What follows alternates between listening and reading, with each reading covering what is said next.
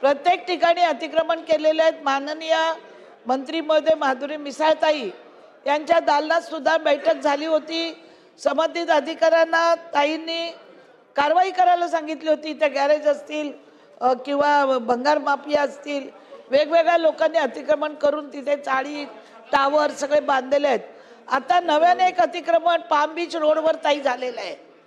ताई, माझं आपल्याला म्हणणं आहे की palm beach road queen necklace आहे, त्याच्यावर आत्ता या महिन्यामध्ये कुठलीही परवानगी न घेता पालिकेची म्हणा पोलिसांची म्हणा आणि रोडवर दोन्ही बाजूला कमानी बांधून त्या कमानीमध्ये आपल्या हे तुमच्या बॅनर पोस्टरचं ते तयार केलेलं आहे आणि त्या क्वीन रोडचं इतकं सत्यानाश करून टाकलेलं आहे।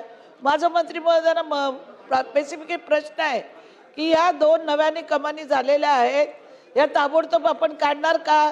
तिथल्या लोकांची मागणी आहे, जाता येताना गाडीवाल्यांना दिसत नाही, नुसत्या त्या रोडवरती येऊन जाऊन बॅनर पोस्टरच्या कमानी उभारल्या जातात आहे। महसूल मिळेल काही मिळत नाही। लोकप्रतिनिधी तिथे मोफत सगळ्या जाहिराती लावतात आणि अशा वेळी या पोलिसांचीही परवानगी घेतलेली नाही साहेब।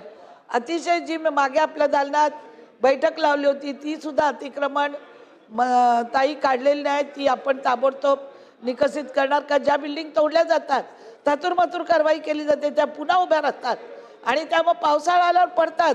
अशा इमारतीवर कारवाई झालेली आहे पण ती पूर्ण कारवाई होत नाही। आपण संबंधित अधिकाऱ्यांना तसे आदेश देणार का? ताबडतोब आपण कारवाई करून किती दिवसात ही कारवाई कराल याचं मला उत्तर पाहिजे। मंदाताई म्हात्रेंनी विचारल्याप्रमाणे जशी मीटिंग झाली होती तशी अध्यक्ष महोदय नवी मुंबई महानगरपालिकेची जी कारवाई होती त्या 870 नोटीस अध्यक्ष महोदय आपण बजावल्या। त्याच्यापैकी 340 अनधिकृत बांधकामं आणि 3133 अनधिकृत झोपड्या आपण पाडल्या अध्यक्ष महोदय। 126 गुन्हे आपण दाखल केलेले आहेत अध्यक्ष महोदय। त्याचप्रमाणे सिडकोची जी कारवाई होती अध्यक्ष महोदय ते आपण 10,160 नोटिसा दिल्या, त्याच्यामध्ये 8,417 जे अतिक्रमणं होती ती आपण पाडलेली अध्यक्ष महोदय। त्याच्यामध्ये 4 गुन्हे दाखल झालेले अध्यक्ष महोदय। आता सदस्यांनी जो उल्लेख केला अध्यक्ष महोदय ज्या कमानी संदर्भामधला त्या अध्यक्ष महोदय ते निश्चितपणे जे अतिक्रमण असेल किंवा अनधिकृत असेल तर निश्चितपणे त्याची कारवाई केली जाईल अध्यक्ष महोदय। 8 दिवसामध्ये आपण ती कारवाई करून सदस्यांना कळवण्यात। पण ज्या आजी माजी लोकप्रतिनिधींनी इथे आपण त्या प्रश्नामध्ये लक्षवेधीमध्ये कबूल केलेलं आहे की त्यांनी अतिक्रमण केलेले आहेत, पण ती अतिक्रमण काढली जात नाही। थोडी कारवाई आताही केली जाते, कोणाचे फोन आले का ती कारवाई थांबली जाते। ती जी आपण सुचवलं आपण बरेचसे केलेत पण जी केली नाही त्याच्यावर पण आपण या 8 दिवसात कारवाई करणार का? कारवाई करणं का अधिकाऱ्यावर?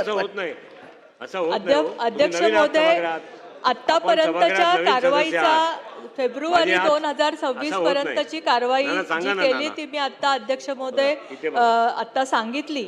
अध्यक्ष महोदय अनधिकृत बांधकामावरची आणि अतिक्रमणावरची कारवाई ही सुरूच राहील, ही प्रोसेस सुरू आहे अध्यक्ष महोदय। त्यांच्या निदर्शनास जेवढ्या महानगरपालिकेच्या आणि सिडकोच्या मध्ये झालेले अनधिकृत बांधकामं आणि अतिक्रमणं पाडली जातील अध्यक्ष।